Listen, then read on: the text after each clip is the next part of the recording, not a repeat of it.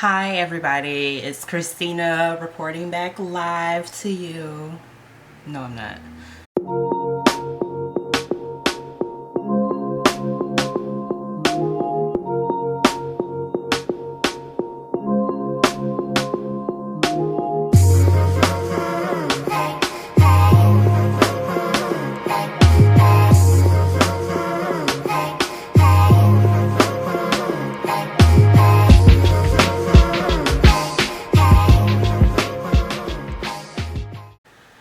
Hi everyone, this is Christina and I'm coming back to you with another video.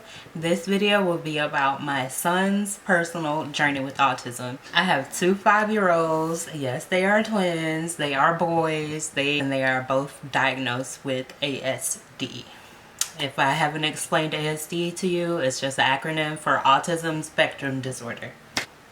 My babies, they came out normal, no complications, no NICU, no anything.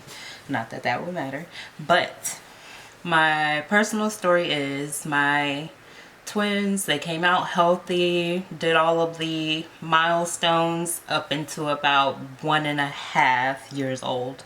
At 1.5, they kind of got more on the quiet side of things, but they would still babble to each other.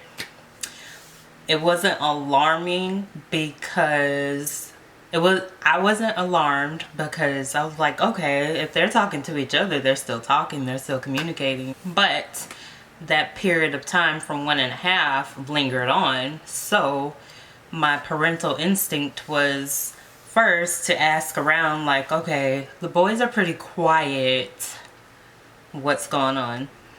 You you know, first you're gonna ask family, you're gonna ask friends, people in your community. The answers that I received was boys don't talk until they're about 4 or 5 years old, and the second response was boys are quiet.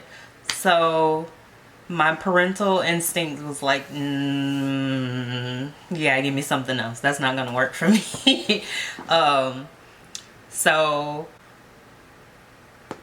at that point, I did not look up anything about autism yet because I didn't know.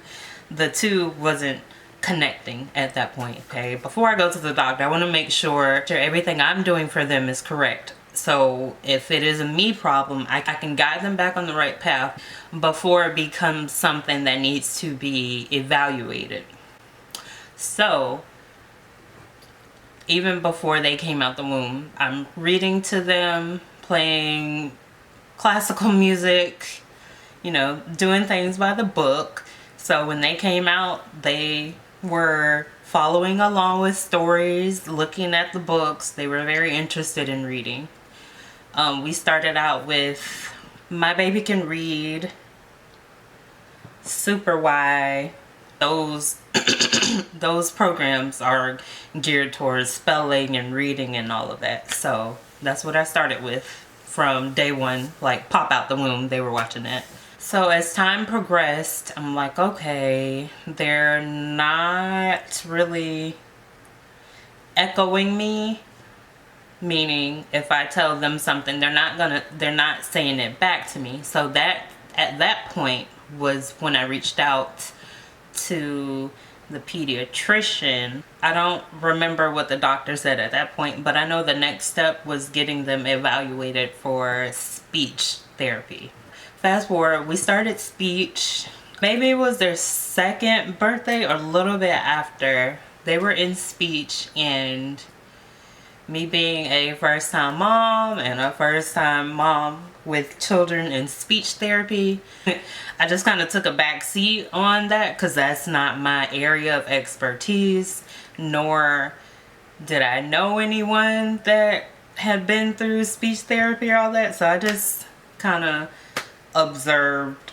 So time passes on and I just feel like, okay, this speech therapist isn't interactive enough with them. I felt like the speech therapist was just kind of trying to like get them out the way. It wasn't really like in depth.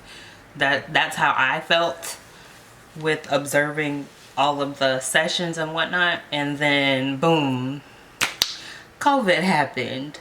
So at that point, we had to start doing virtual speech therapy, and the boys, they just did not take to sitting in front of a computer and doing what they needed to do. They were uninterested.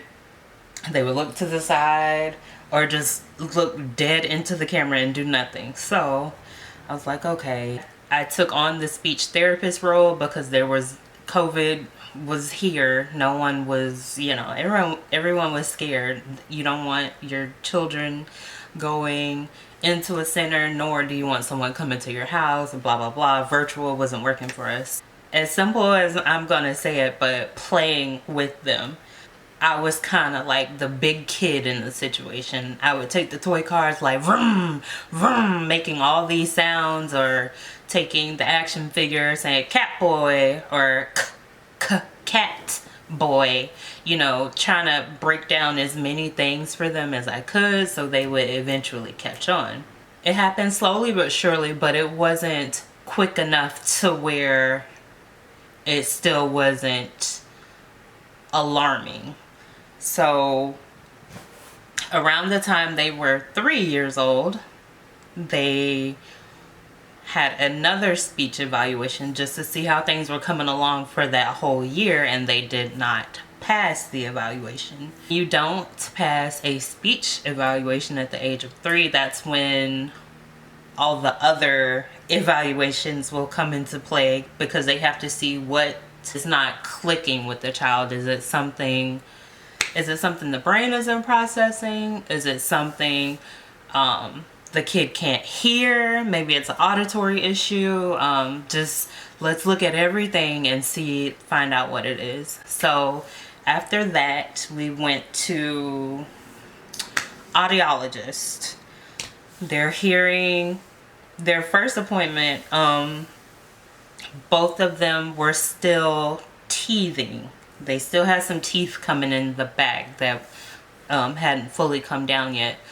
So with the audiology examination, since the teeth are so close to the ear, it was giving like a false positive reading, as well as they did not take to having earmuffs on their ears, or even being in a confined space, or just having to sit down and listen.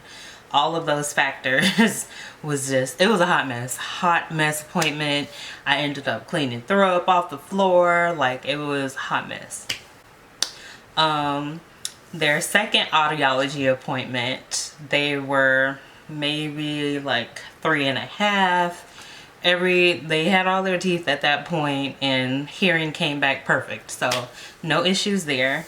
Now this is where me, as their mom, I'm like, okay, they're 3, they're still little. I feel like I shouldn't take the step to have them evaluated for anything, or diagnosed. Diagnosed and evaluation are two scary words when they are being used with your child. You're like, okay, there's nothing wrong with my child. My child can do this, my child can do that. There's no issues. But on a milestone scale, which is what your provider, your pediatrician would use, anything in their age range that they're not doing would be considered abnormal, which would cause for someone to look into it deeper. But me, I wasn't at that point yet. I'm like, okay, give them some time. I know they can do it. I know I'm doing everything I can do. So let's do it that way. Let's wait a little bit. So time went on, and there was little to no progress. Mind you, I am speaking for 2 kids, not just one. At one point, I'm like, okay, Christina, what I've done, I'm bending over backwards at this point. Like, I should have an honorary speech language pathology certificate or something, because I'm doing everything a speech therapist would do.